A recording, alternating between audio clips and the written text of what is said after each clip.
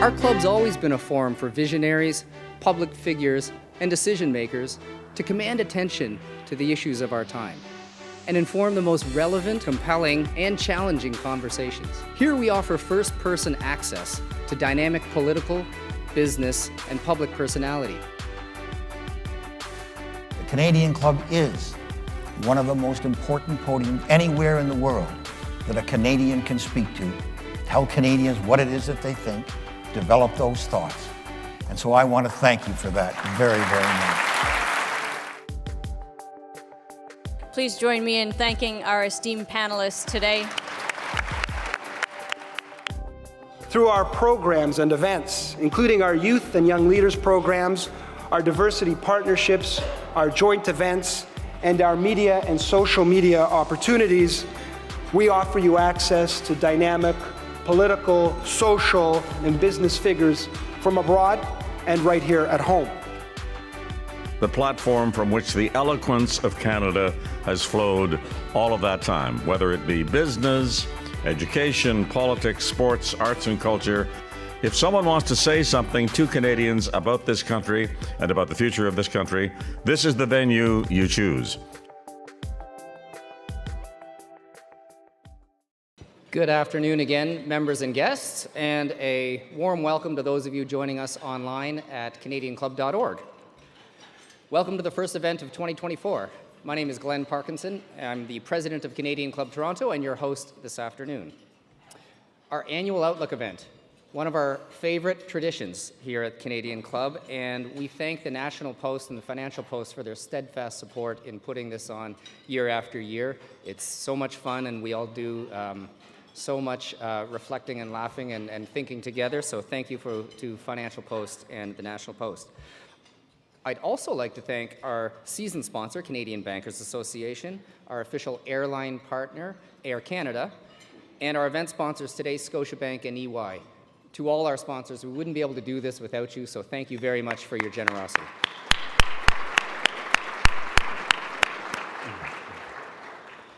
Now, our entire season is carbon neutral, thanks to our partnership with Canada's Forest Trust. CFT plants and maintains a smart forest on our behalf, which not only offsets the carbon impact of our entire season, but creates a legacy for the future. CFT is highly innovative, really great to work with. Please check them out and learn more at canadasforesttrust.ca. Now, we spoke about resolutions a little bit earlier, but did you know that January is also Mentorship Month? And our friends at Futurepreneur, and for those who don't know, Futurepreneur is a national nonprofit that provides resources, mentorship, and financing to young entrepreneurs across the country. So Futurepreneur is looking for volunteer mentors. And you know, to some degree, all of us have some expertise we could lend, and just a bit of your time can make a really big difference to a young founder. So I encourage you to give it some thought and go to futurepreneur.ca if you're interested or inclined at all to be a mentor for the upcoming year. I think it could be really rewarding, and if you've got a resolution on giving back, this could be your chance.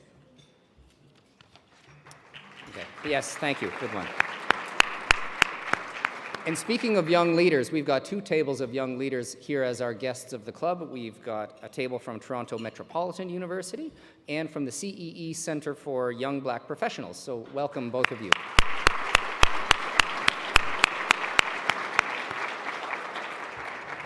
Now, just before I introduce our panelists, let me invite you to get your questions ready. We always like to have interactive participation from the audience. Are you wondering about their views on economic growth or interest rates, geopolitical events and the impact that those might have at home, maybe the upcoming US election and what that might mean for Canada? Whatever the question, there are question cards in the center of your table, so please take a look, make sure you've got one, start filling in your question and hold it up, and we'll bring them to the front of the room. And for those of you on canadianclub.org joining us remotely, you'll see a button called Submit a Question on the right-hand side of your screen. If you use that, we'll similarly collect it and print it out here and bring it up to the front. And now I'm pleased to introduce our panelists. Joining us today, Sabrina Maddow, columnist, National Post. As a columnist, Sabrina is known for her bold opinions on topics from politics, pop culture, economics, and equality. Sabrina is also a frequent on-air contributor and has appeared on CP24, Breakfast Television, ET Canada, TVO's The Agenda, Cityline, and many other broadcasts. She's the recipient of multiple National Magazine Awards and Canadian Online Publishing Awards. Jean-François Perrault, Senior Vice President and Chief Economist, Scotiabank. Since 2015, Jean-François Perrault has been the Senior Vice President and Chief Economist, leading a team of economists to support Scotiabank's domestic and international business lines. Prior to joining Scotiabank, JF held prominent roles in the federal government, the Bank of Canada, the IMF, and the World Bank. Amanda Lang, host of Taking Stock on Bell Media. Amanda's an award-winning business journalist who's covered North America for 25 years. She hosts Taking Stock and was previously a host of Bloomberg Markets. Prior to that, she was CBC's senior business correspondent. She's a senior fellow at the Munk School of Global Affairs and Public Policy and chairs the board of Covenant House Toronto, the largest agency in Canada serving homeless and at-risk youth. Dennis Mitchell, Chief Executive Officer and Chief Investment Officer, Starlight Capital. Dennis has served as CEO and CIO at Starlight since March 2018. With more than 20 years of investment industry experience, he's held executive positions with Sprott Asset Management, Century Investments, and he's the co-founder and director of the Black Opportunity Fund. He also received the Afro Global Television Excellence Award for Enterprise in 2020 and the Black Business and Professionals Association's Harry Jerome President's Award in 2021. And now our moderator, Joe Hood, managing editor of Financial Post. Joe has nearly 20 years of journalism experience, including as a foreign editor and front page editor of the National Post. At the Financial Post, his areas of expertise include retail financial services, capital markets, and investing. We are certainly in good hands, Joe, so I turn the podium over to you and our panelists. Let's get underway.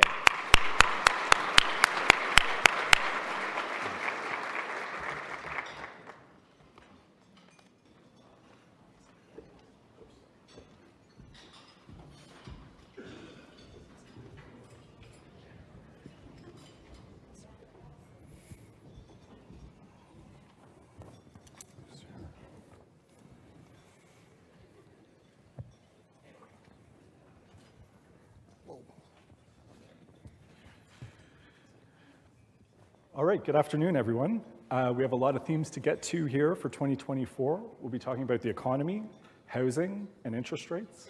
We'll be talking about Canadian politics, US politics, a certain US politician, and more broadly, geopolitics. But first, I wanted to give our panelists a quick couple minutes to each sum up from their perspectives the biggest thing they learned in 2023 and how it sets the stage for the year ahead. I'm going to start down at the far end with Sabrina. I think in 2023, it was a big learning year on the geopolitical front and in terms of international relations for Canada, whether it was Russia's invasion of Ukraine or the Hamas attack on Israel on October 7th. I think what we learned is we can't afford to sit back and take for granted both our role in the world, but also national security and cultural consensus in Canada. For a long time, many Canadians have operated under the notion that bad things can't happen here, and that we can take for granted our place in the world and the role we can play in it as a leader. I think it's become very clear that perhaps we've sat back on our laurels for too long, and there are a lot of risks coming up, both more broadly around the world, but also within our borders over the next few years, and it's something we have to take much more seriously and do a lot of hard thinking on. Thanks, Sabrina. JF. Yeah, a couple of things. I mean, if we go back to, and I forget exactly what I said last year here, but if we go back to what the general thinking was this time last year, from a growth perspective, it was 2020 was going to be tough. Folks are thinking about a recession in the US, we're thinking about a recession in Canada. Now, there are divergence of views as to whether recessions would occur, but that was the kind of the mainline view. You know, if we look at 2023 growth outcomes in Canada and the US and compare those to what the consensus was this time last year, well, growth in Canada is twice as strong as what we thought was going to happen. Growth in the US is 5 times as strong as what we thought was going to happen. So there's a resilience to both economies and to the global economy in general that I think was completely underappreciated this time last year and the year before that, and even I think still is the case, because that's got implications for next year, which are really, that's kind of the big eye opener, right? And the fact that rates are 5% in Canada is in fact a reflection of the fact that the economy has been darn strong and that we need rates of 5% to get things done. So that's one big learning. The other is a more uniquely Canadian thing. Our productivity performance over the last year, which has been a challenge for a number of years, has just sucked. It's been horrible. And it's a big, big problem. And the scale of that problem, I think, gets bigger and bigger. And I think, hopefully, that realization influences how policymakers think about the way forward, given the fact that we're going to have an election in a little while that could be really meaningful if we get people that are able to change how we do on that front. In terms of that resilience in the economy, is there something that we're missing or that we're not picking up on that was going on? Well, part of it is immigration, right? We had 1 million more people, so those are new buyers of things. Part of that is the labor market was still extremely strong. But I think part of it is kind of this social phenomenon where we just tend to be negative about stuff, right? You want to, rates are higher, people don't like that, so you're interpreting from that things are going to be rough for a lot of people. Maybe not you, but everybody else. And that, I think, permeates kind of mainline thinking in economics and other fields as well. And so I think there's kind of excess pessimism out there as to how resilient we really are normally, and that came out last year. Great. Amanda? Which hits on one of the big things that I think was observable last year, which was a disconnect between sentiment and reality. And it seemed to widen as the year went on. And we can speculate on why that is, but people feel worse than they should, if I can put it that way. But the sentiment data just didn't match up with the economic data, and there's something interesting in that. Is it psychology? Is it because there were a lot of layoffs in media, and media write the headlines? I don't know. But it's not as bad as you would have thought, and certainly it's not as bad as people felt. And the problem with that is self-fulfilling, as we know. I would say, to me, the big theme of 2023 was it's not different this time. That for everybody that had, and by everybody I mean, Midwestern U.S. banks and central bankers that thought low for long would last forever, that cycles were different, that we wouldn't revert to means. I think we all learned that that's not the case. Never has been, never will be, and we've all had a period of adjustment. So here we are, and I think we're still adjusting into 2024. Dennis? For me, I feel like 2023 was the year where people who were complacent were woken up, right? So if you were in the financial markets, at the start of last year, we had challenges in the regional banking market in the United States that bled over to Europe, right? So a lot of risks that I think people had taken for granted were hammered home and brought home again. A lot of countries and regions were complacent with their national security, and we've seen the fallout from that. All of a sudden, Finland and Sweden think it's a good idea to be in NATO, right? So I just think there was a lot of complacency, and a lot of people and countries and regions that were complacent were, the risks in the economy, the risks geopolitically were hammered home for a lot of people in a lot of countries last year. So yeah, that was the big learning, I guess, for myself. Okay. JF, you said there's a bit of a disconnect there between the view of the economy and what's really going on, that it might be a little bit more resilient. But as we go into 2024, one of the things everyone's talking about is recession. There's going to be a recession. So we've heard about soft landings, hard landings, technical recession, jobful recession, good old-fashioned 90s style recession. What's it going to be? Listen, the economy is slowing. There's no question about it. We're feeling it. We're seeing it. That's not an issue. We had a decline in economic activity in the third quarter, so negative. We might have a negative in the fourth quarter. We might have what we call a technical recession, which is 2 quarters decline. But those are, they're largely due to kind of these one-off effects of port strikes or wildfires or big public sector strike in Quebec. They're not representative of kind of a widespread slowdown in economic activity where there's a lot of pain being felt by a lot of individuals, a lot of businesses. So our view is that, that kind of stall in growth lasts for probably a quarter or two more. Maybe some people call that a recession. We're just thinking we've stalled for a little while, and that's a good outcome because that's been intended for a long time. In terms of kind of these really nasty scenarios, again, the resilience on the household side is real. Like that's like almost 2/3 of GDP, right? If households are hanging in there, and it looks like they are, that gives you a lot of comfort about how bad things won't get, right? Because you do need to see that big adjustment on the part of households. So we're reasonably optimistic that we avoid a recession in kind of the traditional sense of the word. Part of that is, of course, that rates get cut at some point in the year, and that bridges you to a better period of time. If those rate cuts are off the table, it's a different story, but we're looking at things and feel pretty comfortable. I mean, the reality has been, look, so you go into, and just give me 30 seconds on this. You go into the Christmas period where the expectation was survey after survey, Christmas sales are going to be horrible. Households are going to suffer. If anything, the tracking for Christmas sales looks like it was not necessarily fantastic, but it was better than people expected. You look at retail sales in Canada in the fourth quarter, they're tracking way higher than we thought. Car sales in November, December picked up to the highest levels in like 3-4 years. That resilience is still at play, and as long as we see evidence of that, it makes it very difficult to argue that you're going to have a rough landing in Canada. Okay. Dennis, what do you think about that? And do you think markets are pricing in the potential for a recession? Oh, definitely not. If you look at multiples that whether the TSX or the S&P 500 are trading at, that's certainly not recession multiples. This is outlook season, right? So I had 2 this morning before this panel, and I've probably got 2 more this afternoon when I get back. But I haven't heard anyone talk about the fact that recessions or a recession is priced in either in the Canadian economy or the U.S. economy.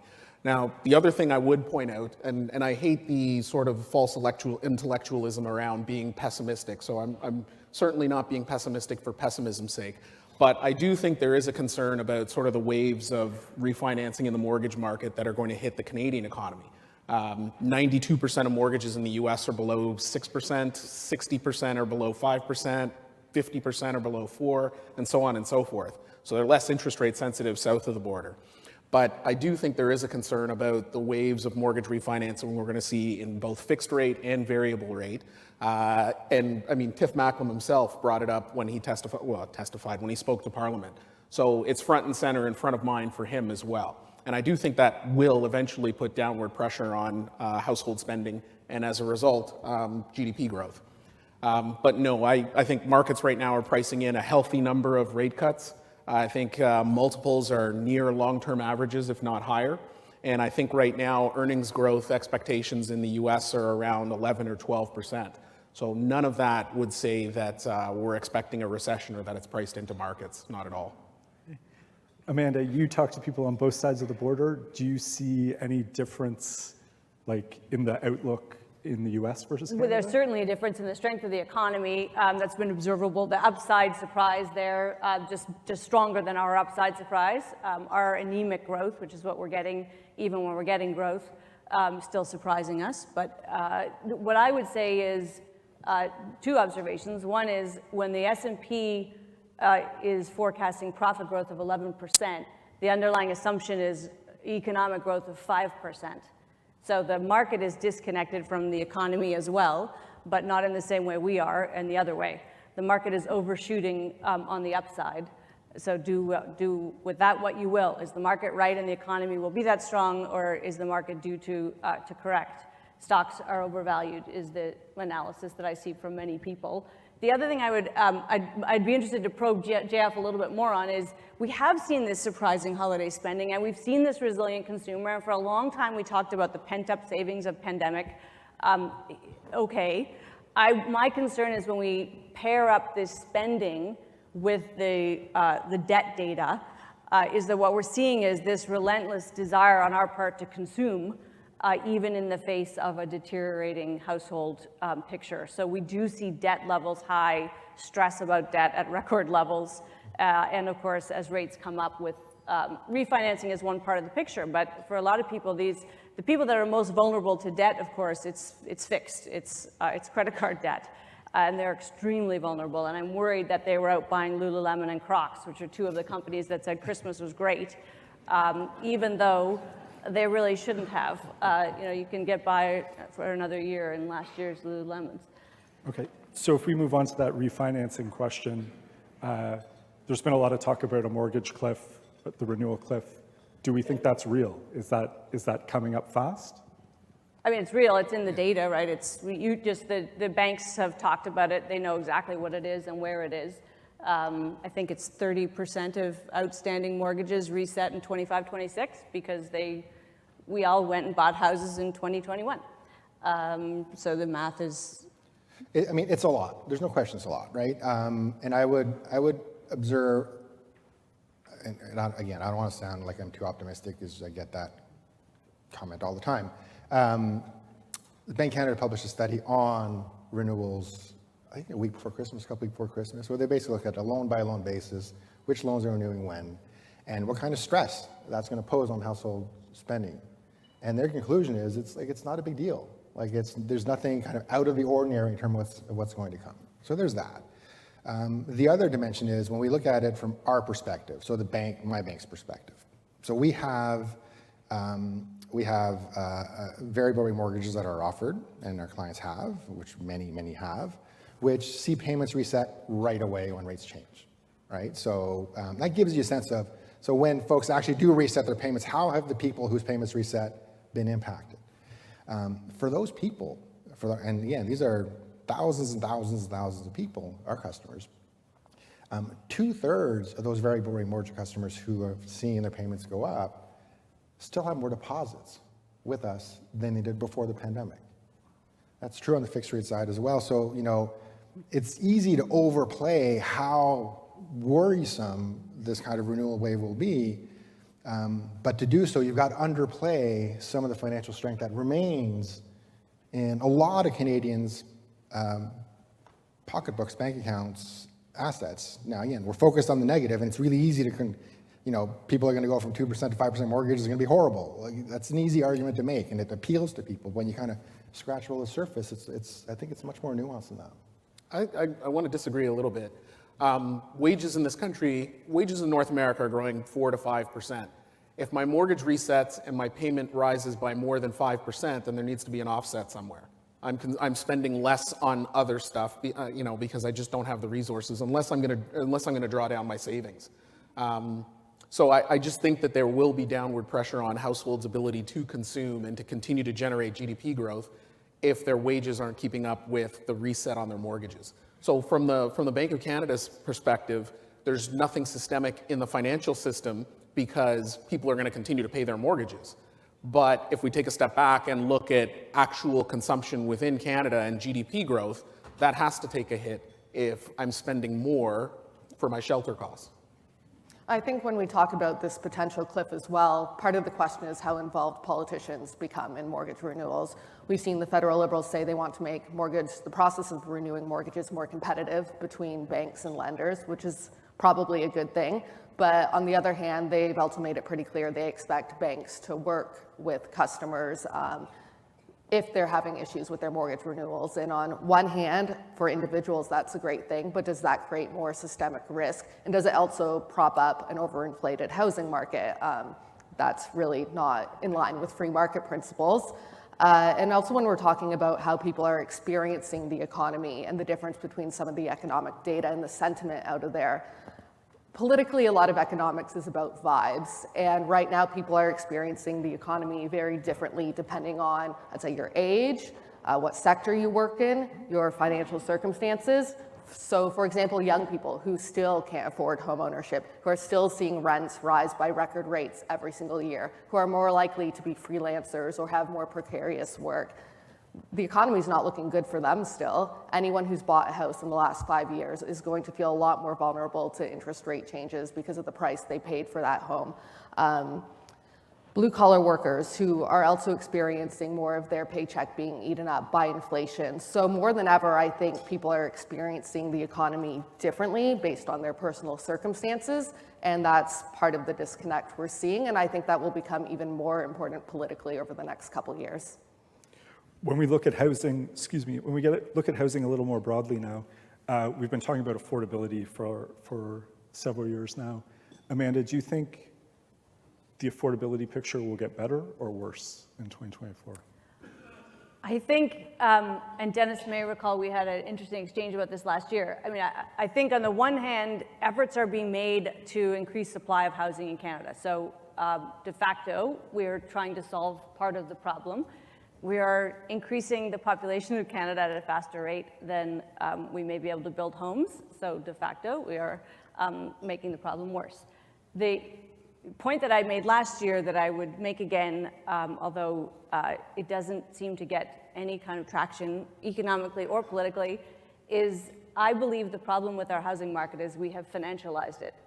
And so unless we deal with the root cause of what put us in this position, the likelihood of solving it becomes more remote. What do you mean by financialized? We've created a system where profit is to be made not just on your home, but we have created a mentality where your home is not just a store of value, which for generations in this country and others, your home was a place that you lived and it held its value. It rose with the price of inflation over time. And you could sell it at some point and it would be a savings to you because it had kept pace with inflation, which is actually a lot of money over time. To a time when now we believe these, what used to be anomalies of these massive profit periods is the norm, and people buy houses with an intention to profit off of them. And that's part of a financial story where we now want people to profit off the mortgage and we want people to profit off pieces of the building process, and so developers now have double-digit profit margins. And all I would say, and the solution to this, by the way, is politically unsellable and it's painful, which is why people don't talk about it. But unless we roll back some of our expectations for what the housing and real estate and development markets will do for us, we will be in this situation where scarcity of supply is valued. If you are in the real estate industry or you are a homeowner, you want scarcity of supply. It's how markets work. And we intervene in markets when they stop working for us. So I would just put that aside because we're not going to talk about that and we're not going to do anything about that. We got to build more houses, I guess, is the answer. And we're 100%. We're building them, and I guess eventually enough people will die that the supply and demand situation will level out. Wow. Sabrina, That's the plan. That's the plan. Eventually, boomers are going to die. it's a little bit grim to start the year, but It's true. that works. Sabrina, do you have any thoughts about, is government the answer or is government the problem? I think government intervention is often the problem, and when we're looking at affordability, I mean, the government does need to make changes. Mostly they need to get out of the way, and that's part of the issue with supply. All levels of government, municipal, provincial, federal, have a role to play in that, where zoning is so restrictive across the country at this point, where a lot of housing is basically illegal to build. And even if we're upzoning, municipalities are still having things like shadow bans, or whether it's setback rules. There are just so many tools right now that are used to block housing, and that's contributing to the supply crisis. What we really need to do is make the approval process less subjective and subject to individual whims, or whoever can show up at 2 p.m. on a Tuesday for a municipal town council meeting. That's the first thing. The other thing is we can't only be talking about supply. We also have to talk about demand, and Amanda alluded to it a bit. What's happening right now with immigration in Canada is completely unsustainable, particularly when it comes to uncapped international student visas who are being brought in by not even real colleges or universities, essentially diploma mills that are taking advantage of these students, and they end up coming and being exploited as well. Some of these places don't even have proper classrooms, yet we've allowed this to become a cottage industry. And also temporary foreign workers, where that's another uncapped area where we're basically inducing housing demand so that low-wage employers can continue to pay very low wages. And those are two areas we definitely have to address, as well as the financialization of the market. And when it comes to people who live in primary residences, I think we need to protect value in those homes. But the issue of the amateur landlord who is now buying up 3, 4, 5 places, when you look at the portion of new mortgages, every year the portion of people who are buying multiple residences goes up, and as long as that continues, it's going to be very, very hard for any new homeowner or young person to compete with someone who already has equity in the market. So can I say one thing? Sure. So I was gonna Only leave one? I was gonna leave this alone, but Starlight Capital is a subsidiary of Starlight Investments, largest residential landlord in Canada. And so I can say unequivocally that we would build, we're building 21,000 apartment units right now. That's our development pipeline. We would build 3, 4, 5 times that if we could. So you don't want your competitors to build 3, 4, 5 times that. No, we'd be happy if they built. We would be happy if they built. So the market is so out of balance right now that there isn't a number of homes that our competitors could build that would encroach upon what we are going to build. So normally I would agree with you, but right now the market is so out of balance that we're happy to build 3, 4, 5 times what we're currently building, right? Because the shortfall in homes is somewhere between 2 and 3 million households and is growing by several 100,000 every year. So we would be happy to build more homes. But to Sabrina's point, there are just so many issues and hurdles to get those zoning, to get the permitting and such. And I've heard lots of, there's a lot of innovation taking place in the housing market. Down payment support models, co-ownership models, innovative new housing structures. But at the end of the day, housing is a commodity like anything else, okay? So we don't have affordable oil, we don't have affordable copper, we don't have affordable electricity. This notion of affordable housing is quaint, but at the end of the day, you just need more homes. And then they won't appreciate by as much, and more people will be able to afford them. I do have to challenge you a little bit. Housing is not a commodity like anything else. Housing is a basic human right. The right to an affordable home, and I'm not talking about a single family home in the neighborhood of your choice with a white picket fence. A roof over your head is a basic human right, and if we commoditized other basic human rights the way we would commoditize housing, it would be a political issue. For some reason, we treat this like oil to our peril. Yeah, I think when I say that it's a commodity like anything else, I'm basically saying that the pricing is set by supply and demand. Right, but when it's a basic human right, there's a disconnect there where humans and policy have to intervene to say, if we treat it like a market, the market has treated housing perfectly well. The market has not failed housing. The market has worked for housing, but we have not designed the market that works for us. Yeah, I'm not going to argue with you on that point. The point that I will come back to, though, is this. If you want to solve the housing issue in Canada, take a step back. G7 countries, okay? If you think the problem in Canada is bad, nobody walks here, right? Except for Americans, right? If you're any other G7 country, you've got a ton of people walking to your borders away from wars right now, away from failed states, okay? So if you think the housing shortage and challenges in Canada are bad, you should look at some of the problems in some of the other G7 nations. So it is not solely a Canada issue. And at the end of the day, the challenge is that we have goosed demand dramatically, whether through the provisions in the RSP program, the first home savings account, immigration policy, and we've done almost nothing to boost supply. In fact, we've put roadblocks in the way of supply. That is, and throw in the financial crisis, which saw a massive decline in residential investment. And you've got a situation where we are short millions of households, and that shortfall is growing every year. Okay? And the reason I say that there's no such thing as affordable housing is because the moment that property changes hands, it's no longer in the affordable basket, right? It reverts to market. So the solution is more supply. Right? I don't think that politically it's palatable to limit demand, right? So the solution is more supply. And you have an entire industry that would be thrilled to provide more of it, right? To a certain point, right? Vacancy gets to 8%, nobody wants to build anything, right? But at less than 3% nationally, less than 2% in the big 6 markets, yeah, guys want to build. People want to build, sorry. Can I just maybe add one last thing on this before? Very quickly. We all tear each other apart. Listen, I think what you're effectively hearing here is there is very little reason to be optimistic that affordability is going to improve going forward. That's just the reality. There's a supply-demand issue, whatever. It may be financialized or not, but the reality is we're not building enough given the amount of people that we've got here, and that was true 5 years ago. It's even more true now. So we're on a kind of a one-way street of deteriorating affordability, even if rates go down. I think that's really important. Now, what's encouraging in some sense, going to your point, Sabrina, is a lot of the challenge on the supply side that we've had historically, yeah, you can blame government for that, but at the end of the day, governments were doing what people wanted them to do, right? They didn't want homes in your neighborhood, they didn't want a new highway, you didn't want to do this, you didn't want to do that. And that culminated in, zoning regulations super restrictive or inability to build there or that type of house here. And what's encouraging is, I think, this understanding now that supply really is a blockage on affordability, I think is permeating through various kind of groups of stakeholders.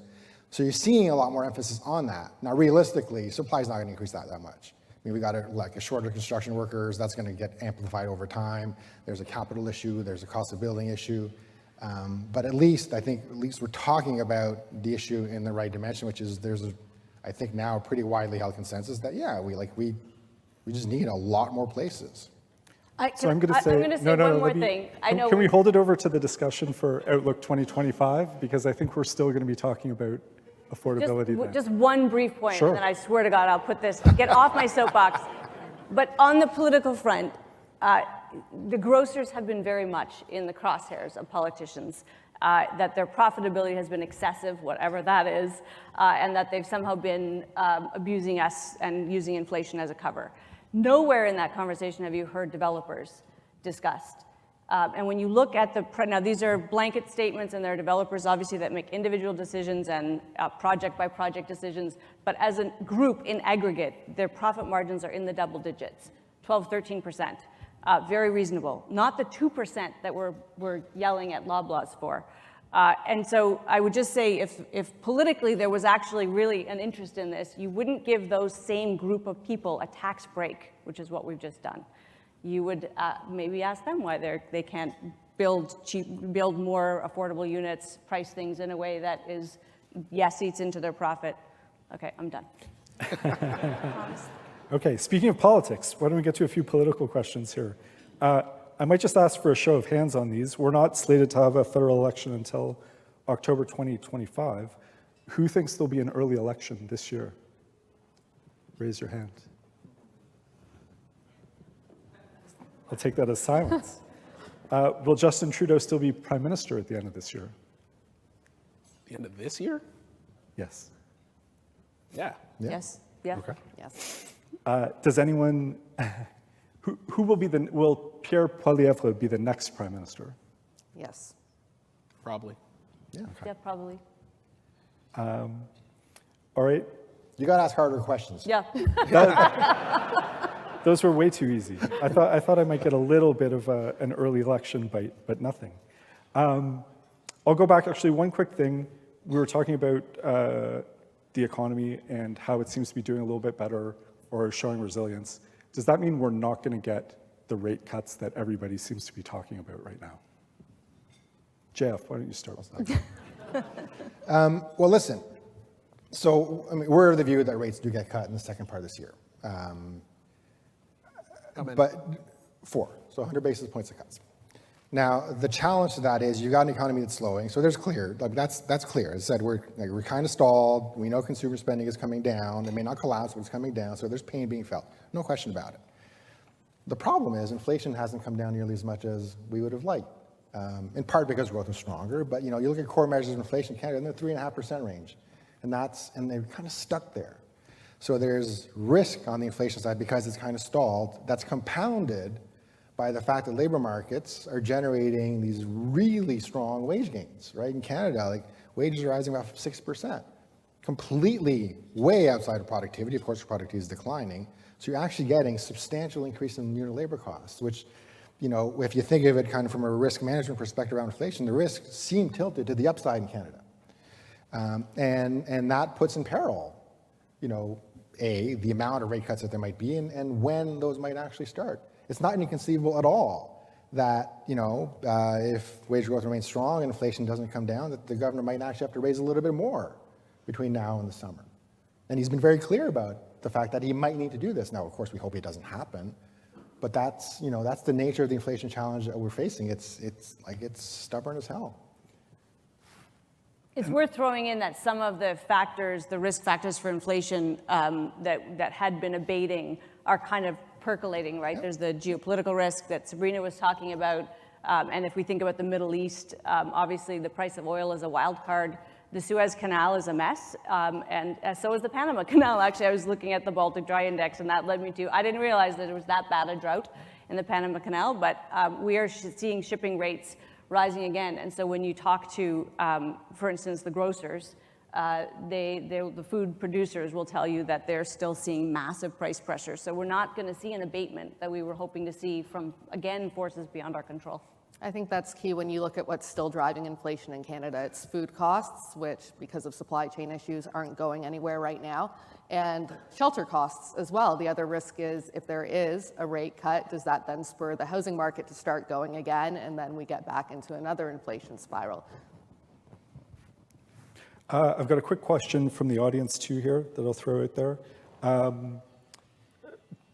Any thoughts on the fact that we now have high employment and anemic growth at the same time, and what does that mean going forward? Sorry, can you repeat high unemployment? So we have high employment, so employment's good, but growth is sluggish. Is that going to be the new normal? Well, I mean, that's why we got bad word productivity. You know, I mean, the reality is in Canada, the way we've set up the immigration system over the last few years is we have encouraged firms to hire people over investing. And the Americans are on the opposite.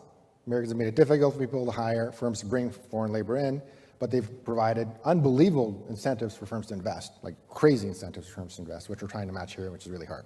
So as a result of that, you end up with this situation kind of year or two down the line where, lo and behold, we've hired a whole bunch of people, but we haven't invested a lot, and we're kind of surprised by that, whereas we really shouldn't be surprised because we basically, that's kind of the incentive that we provided firms in Canada. So yeah, you know, strong employment growth, and we think it's going to slow, but sluggish growth, and that's what we expect next couple of quarters. I think a key is you have to ask what type of jobs as well. Are they low-wage jobs? Are they precarious jobs? Are they jobs with room for advancement? Like you said, are employees being invested in? Is innovation being invested in?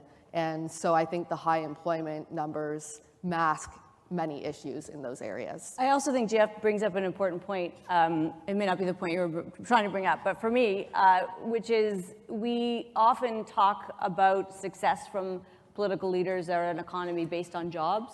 And I wish we would talk more about growth as the goal of political leadership, as the central agenda. It's what governments should be focused on for all of us. Jobs may or may not follow. To JF's point, they don't always follow aggregate growth, but it is always better for all of us if we have growth, and we kind of let our politicians off the hook on that being their central aim. Thanks, Amanda. I just want to change gears quickly to the geopolitical sphere because there's some real big questions out there, and I want to give you some time to discuss those.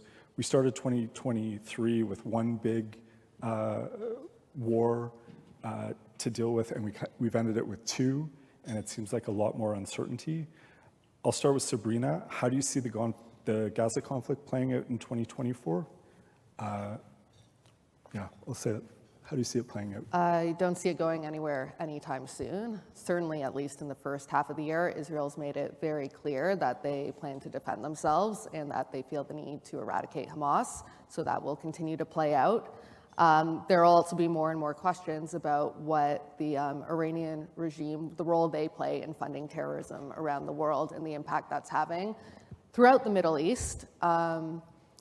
And also other authoritarian governments, whether it's Russia, whether, again, the Iranian regime, whether it's China even, they're collaborating more and more together and they're building alliances, and the West really doesn't seem prepared to combat that, not only when it comes to actual physical threats and attacks, but whether it's threats to democracy, foreign interference, whether it's the spread of misinformation and disinformation online. There's a lot going on that, again, we haven't been prepared for, and we're going to have to not just prepare ourselves in terms of armed forces and national security threats physically, but in the cyber and digital world as well, where we are very, very vulnerable to hacking attacks, ransomware, again, disinformation, political interference, especially as we go into an election, whether it happens in 2024 or 2025.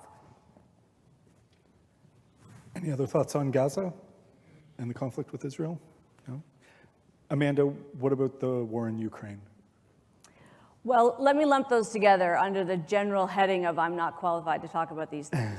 But to where I do feel like I have an observation as a Canadian, is these are two major conflicts that Canada, what it highlights and throws into stark relief is that we've lost a little bit of our credibility in the world. You could say it's defense spending. It's not just defense spending.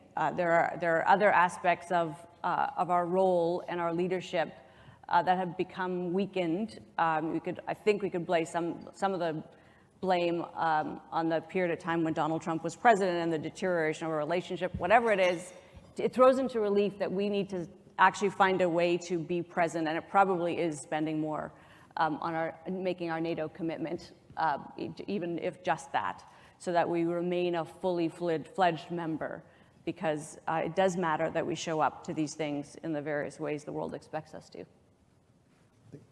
Jeff? So just a slightly different kind of economic take on this. So obviously wars have a human toll that is unbearable and objectionable in so many different ways. But one of the ways in which we feel conflicts is how it impacts our economies. And that might be a super narrow way of thinking about it, but in kind of the market world, in my world, that's a really important thing. So we look to the Gaza conflict, we look to the Ukraine war initially as what does this mean for kind of well-being from an economic perspective for Canada or other parts of the world. And for a few months there, first couple of months, it looked like the Gaza conflict was, or the Hamas conflict, I should say, was contained, and it wasn't going to lead to interruptions in shipping, for instance, or interruptions in oil supply, and that's starting to feel a little bit of a bit of a stretch of an assumption. But bigger picture, if you look to then, well, what are geopolitical events that can impact us economically? Then then you've got to think about the U.S. election, because that effectively is a big geopolitical shock, right? So if Trump were to win and he upends international commerce the way he says that he's going to, like that is a much more meaningful disruptor of the global economy, and whatever happens in the Gulf or whatever happens in Russia. So it's not, we don't technically think of it in terms of geopolitical terms, but like the economic concern behind all those things is amplified, and I think you can make the argument that it's a geopolitical risk. So you raised the question of Donald Trump and the U.S. election in November, which is kind of hanging over this year. Dennis, do you think Trump can win, and are we ready for what will happen if he does? Yes and no. So The Atlantic published, I think it was a series of 24 essays talking about if Trump wins, what will happen to democracy, to minority rights, to the Department of Justice, and on and on and on and on. And sorry, I'll take a step back. Can he win? Yes. The United States has got this weird, arcane electoral college system, which means you don't have, the person who gets the most votes doesn't necessarily win. And we were talking about this in, I guess it's the green room, about the fact that people get their information from very different places, and there is an enormous amount of misinformation that is taking place across the globe, but of course around every US presidential election. So can he win? Absolutely. What happens if he does win? Chaos. Like his first term was a dress rehearsal, right? They had adults in the room that were successful in constraining his more crazy and devious, plans and objectives. This time around, those people would not exist. He has a very sophisticated organization around him now. And it's not because Trump is like this playing three-dimensional chess and he's smarter than all of us. It's because people who crave power and people with weaker morals gravitate to a person like this who can get them in places they have no business, being in, like the White House or like in cabinet. And so this time around, he has got a more sophisticated organization. He will have an attorney general who certainly isn't going to recuse themselves of anything, right? And he will be almost completely unfettered to do whatever he wants. And so, he could win, and it would be absolute chaos if he did. Okay. Amanda, do you have any thoughts on Trump? I don't disagree with a single thing Dennis has said. it feels a little bit like a tsunami you're trying to prepare for that is 2 years away. If and when Donald Trump becomes president of the United States, there will be massive impact on all of us, politically, economically. Our governments will have to respond. It's just impossible to know in advance what that is. And this thing that I'm describing, of course, is that sick feeling we all have in the pit of our stomachs that we now have to live with.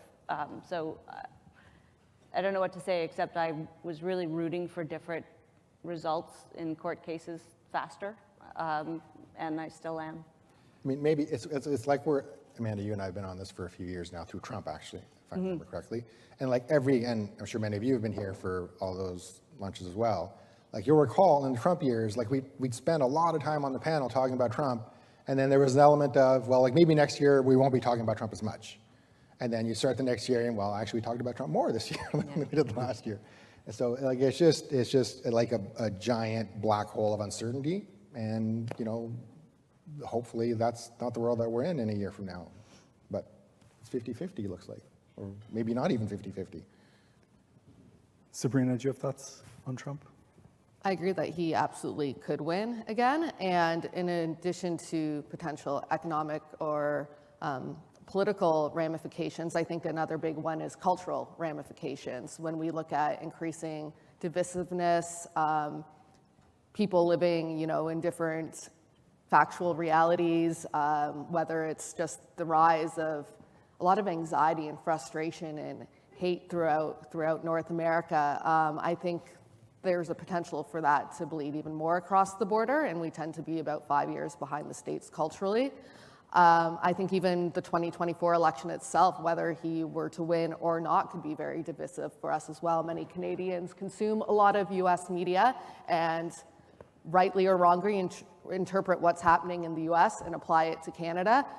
So that will also likely raise emotions and conflict across the country. In fact, I think the biggest risk, if there is to be an election in 2024, would be during the US election, because we've already seen the Liberals with attack ads trying to paint Conservatives as being the mirror image of Trump in Canada. So if they're feeling weak and at risk, they might seek to do that during a 2024 election, where again, a lot of Canadians will be conflating US Republicanism with Canadian conservatism. I've got a question from the audience here that I'm going to broaden out a little bit, just sticking with the international question. The question is, other than the US election, which election result most worries you in 2024? Let's broaden that out to what international development or potential development worries you most in 2024? Well, it's kind of an unfair question, because if you lump Trump in there, like he just clouds everything out. I want to take him out. So aside from Trump. I think sorry, did you want to take that? No, go ahead. I think we have serious issues in Congress in the United States, right? So, I mean, whether Trump wins or not, if Ukraine is allowed to fall, that encourages China.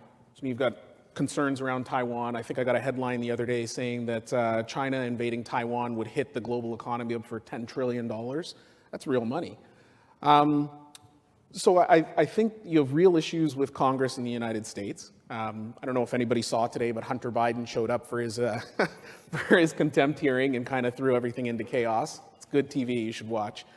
And then I think the knock-on effect of the U.S. retreating is, of course, stop me if you've heard this before, it creates a vacuum and nature abhors a vacuum. Who moves into that, right?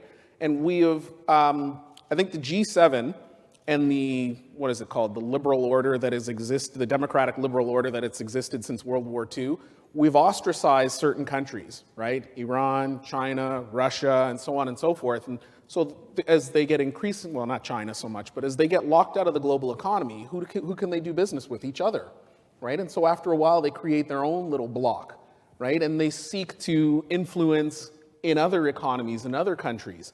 And so my concern is not so much with an election. My concern is more as the U.S. retreats and becomes more insular, is Europe in a position to kind of step up, right? Germany, the U.K., France, are they in a position, do they have effective leadership that they can step up and sort of fill that void? And I would argue right now the answer is no, right? I don't know that the collective appetite is there. you know, we're so focused on North American elections. I mean, what's her name? Giorgia Meloni or whatever, who was elected Prime Minister of Italy. She's a Putin sympathizer, right, out of her own mouth. So I'm concerned about sort of the rise of authoritarianism around the world. I'm worried about the retreat of the United States, and I'm worried about sort of Congress hamstringing the United States' ability to sort of be that check globally and what that means for us going forward. Any other global blind spots we should have on the radar? It's not a different one. I just would resoundingly endorse the view that if we take our eye off Russia and we relax our commitment to Ukraine, we, the globe, are in peril. That unleashes a set of forces, including in nearby countries, that is very unpleasant and well beyond our moral commitment to Ukraine. I do think that is one place that Canada plays a small role. I hope the U.S. does not relax its support. So we look at a lot of, we're getting towards the end here, we look at a lot of risks out there and problem spots. What's something we can be optimistic about going into 2024? I'll start with Sabrina. I think generational change, when we're talking about elections around the world, there's a new generation of millennials, but also Gen Z, who are looking to enter politics and will hopefully be engaged and involved as they feel a lot of the political and economic issues we're talking about even more intensely than older generations. And of course, they have long futures, hopefully ahead of them. So I think that generational change presents a really big opportunity. I hope we see more young people get involved in politics. As well, I think as negative as some of what's happened over the last year has been, it's woken a lot of people up and shaken a lot of people out of their complacency. So on one hand, while that can be frightening and anxiety-inducing and there's a lot of risk there, it also presents a lot of opportunity for change and having some of the tough conversations that we've been avoiding, and other countries too have been avoiding over the last decade or more. So I do think there are bright spots amongst much of the fog. JF? Yeah, a couple of things. I mean, I think it's reasonable to expect that rates are going to be lower this time next year, and that will, you're taking a little bit of a boot off the neck, and that is going to help in a number of different ways. So make people feel better about the state of the world and allow people to have a little bit more income to spend.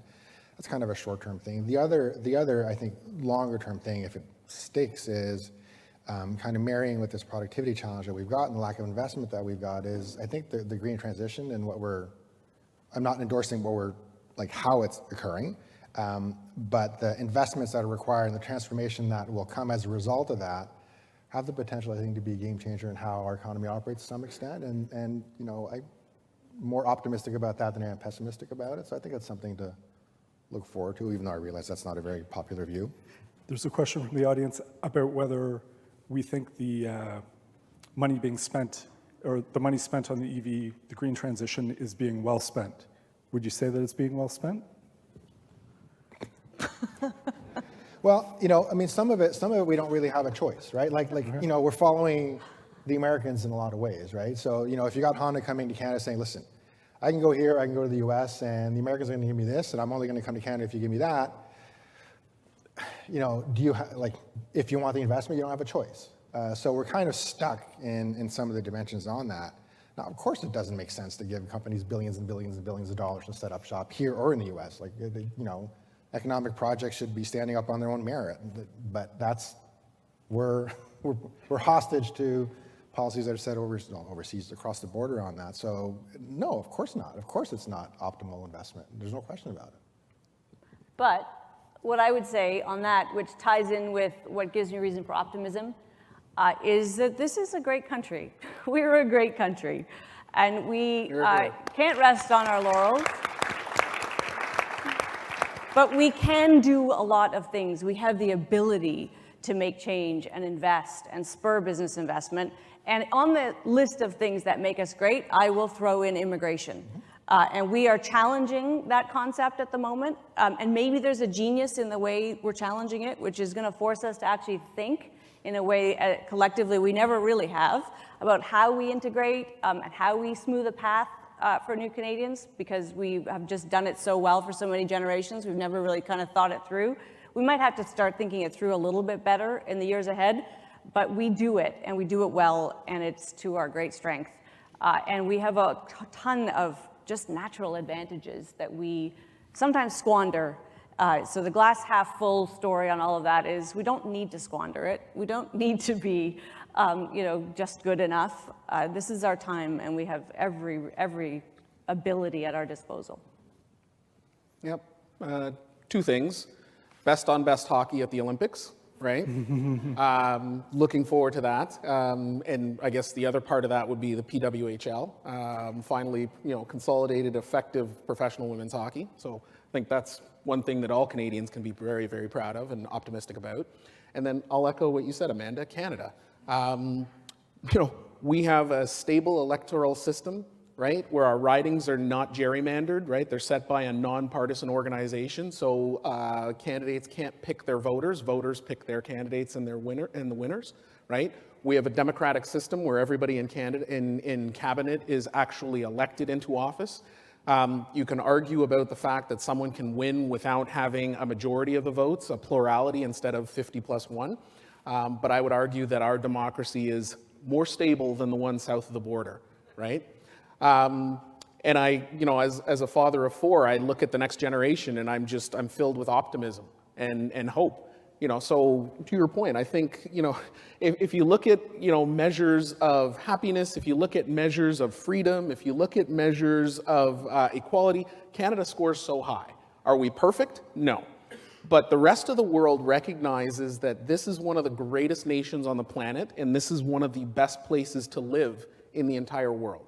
So I think all of us, it's fitting that we're at the Canada Club, but I think all of us should be optimistic about the fact that we get to be Canadians and we get to live in this great country.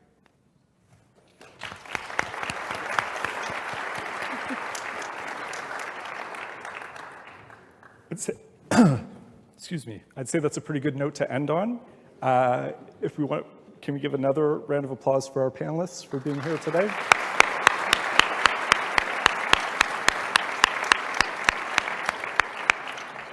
I almost feel like I just want to fade out now. That was really the right close. But Joe, thank you for guiding the discussion so expertly, and Sabrina, JF, Amanda, Dennis, another really lively and engaging discussion. So thank you so much for being so energetic and kicking off our new year in such a great way and a very thoughtful discussion. And part 2 of Amanda's housing panel today, so just like last year. So thank you very much. On behalf of the club, thank you for taking the time and participating. We really do appreciate it. So one more round of applause for the panelists.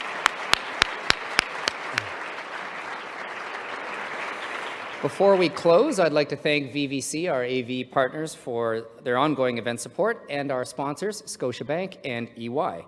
Please visit our website for more information about upcoming events. Thank you for joining us. All the best of the new year, and we hope to see you again soon. Have a good afternoon.